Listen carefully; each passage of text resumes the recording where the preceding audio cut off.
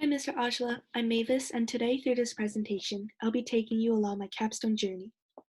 I'm thrilled to share my experience as I've worked really hard. I hope you enjoy this presentation. The topic I chose for my capstone project is how can I build upon my passion for food and turn it into a potential career? To answer this question, I'll be specifically focusing on what it's like to be a food critic.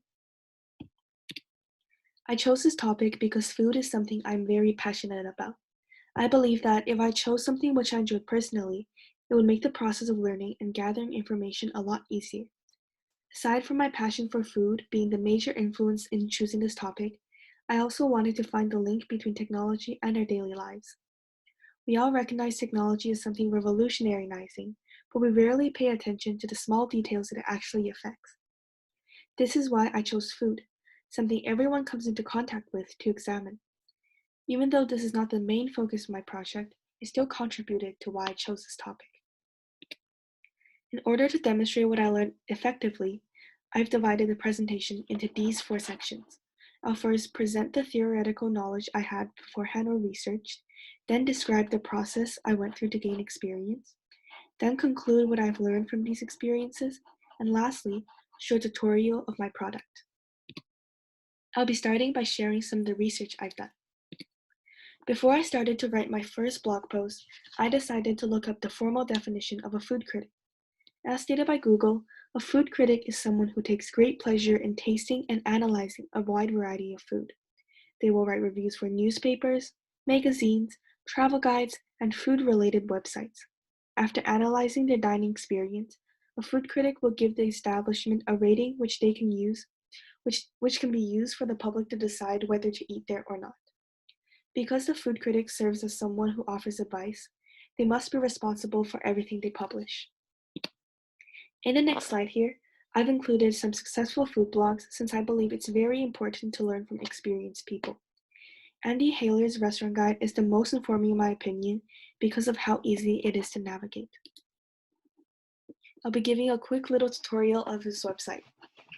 So the reason why I find it so efficient to use is because of the restaurant guide section.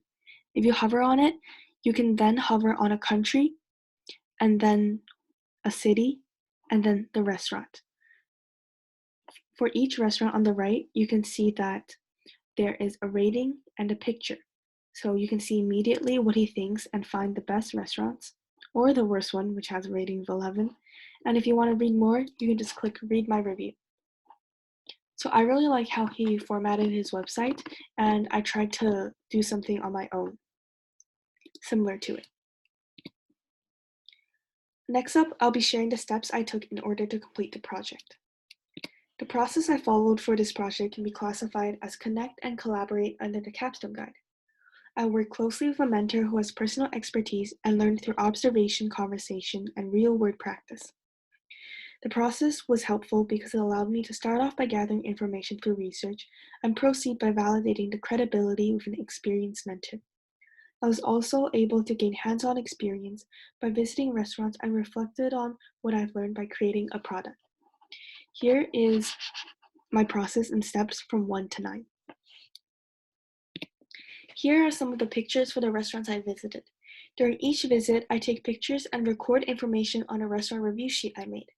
The review sheets are attached in my document as I don't have enough time during this presentation to showcase them. These experiences have allowed me to reflect and learn.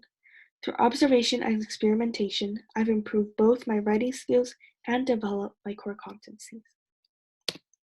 Here, I've concentrated the essence to writing a good food blog. A good food blog is one that is authentic, easy to navigate, and on point with its information. After browsing through many different popular food blogs and conferring with my mentor, I'm convinced that the essence to writing a good food blog is the quality of the language you use. While writing a food blog, you want to make what you're saying clear right away so people don't lose interest. When you lack popularity, like me because I'm just starting out, you can only attract people if your information is appealing. If the advice is general and doesn't provide enough insight, people will quickly switch to another source. This is why learning to build constructive criticism is essential. In doing this project, not only did I learn more about the food industry, I also had the opportunity to further develop my core competencies. I believe I have improved on both critical reflective thinking and personal awareness and responsibility. I make judgments based on reasoning and consider different opinions by analyzing them using specific criteria and drawing conclusions. I also demonstrated personal awareness because I had to be responsible for what I publish on the internet. Aside from the skills I've developed, this experience has also taught me more about myself. I know now that a self-employed genre of job is not for me. I prefer stability, and that is something a virtual food critic lacks. There is too much uncertainty, and I don't feel comfortable taking the risk. I think my passion for food can remain as a hobby, but not advance as a career. Now I'll be showcasing my product, which is a website I made that has all of my reviews.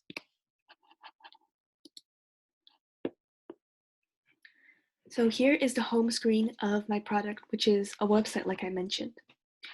I've included many sections that includes a home, my blogs, an about section, an Instagram page, and a forums. So right away you can see that I'm welcoming everyone that comes onto my website. I've included a food quote which I think matches the theme, and if you're ready to explore the best restaurants of Vancouver, you can simply do so by clicking the button. This button will lead you to all of my blog posts which I've published for the different restaurants I visited. I'll be showcasing one in depth, and I think this one will be fun because this is one of my favorite restaurants. So immediately when you enter, you'll see the title and a short description that I give. I do the same formatting to all my food blogs, so there is a consistency. Then you'll see a picture and then detailed information. So for each of my critics, I'll include the address and then how to access their website and contact information. Then I'll follow by giving a review on food quality, service and attitude, ambience and cleanliness, value of money, and overall rating. You can see that I really like this restaurant because I gave it 5 out of 5. Then I'll proceed by giving a short description and then the dishes I ate on that visit or the ones I recommend the most. So here you can see are the dishes I recommend the most.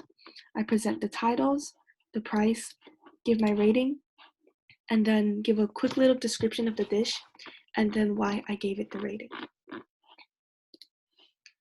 So if you click on any of the food blogs, for example, just this one randomly, it'll be the exact same format. I also have an about section, which I introduce myself so my viewers can get to know me more. I also have a contact sheet where you can fill out or you can email me if you want to contact me for more information. Then I have Instagram, which is linked to the Instagram page I created. Here you can see the ratings I gave of some other food restaurants, which I didn't give a full review because I only tried a certain product and I didn't think I had enough experience to write a full-on review. You can also click the link right here to be guided to my Instagram page. I only have 30 followers right now, but hopefully I'll get more. And from the Instagram, you can also be connected back onto my website.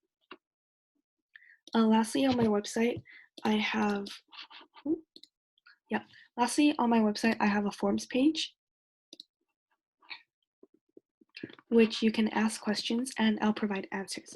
You can also send a email form, which will get you subscribed to my website, and I'll update more information. So overall, the Capstone project was an awesome opportunity for me to further investigate my passion. Throughout these 8 weeks, not only have I eaten some great food, I've also learned many valuable lessons.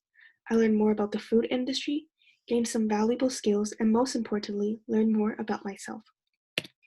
Here, I would like to give a special thanks to my mentor for providing me with insight and guiding me through the process. I also would like to thank Mr. Ajla for hosting check-in meetings and helping me select the topic. I hope you enjoyed my presentation. If you have any questions, feel free to contact me on Teams and I'll be more than happy to answer.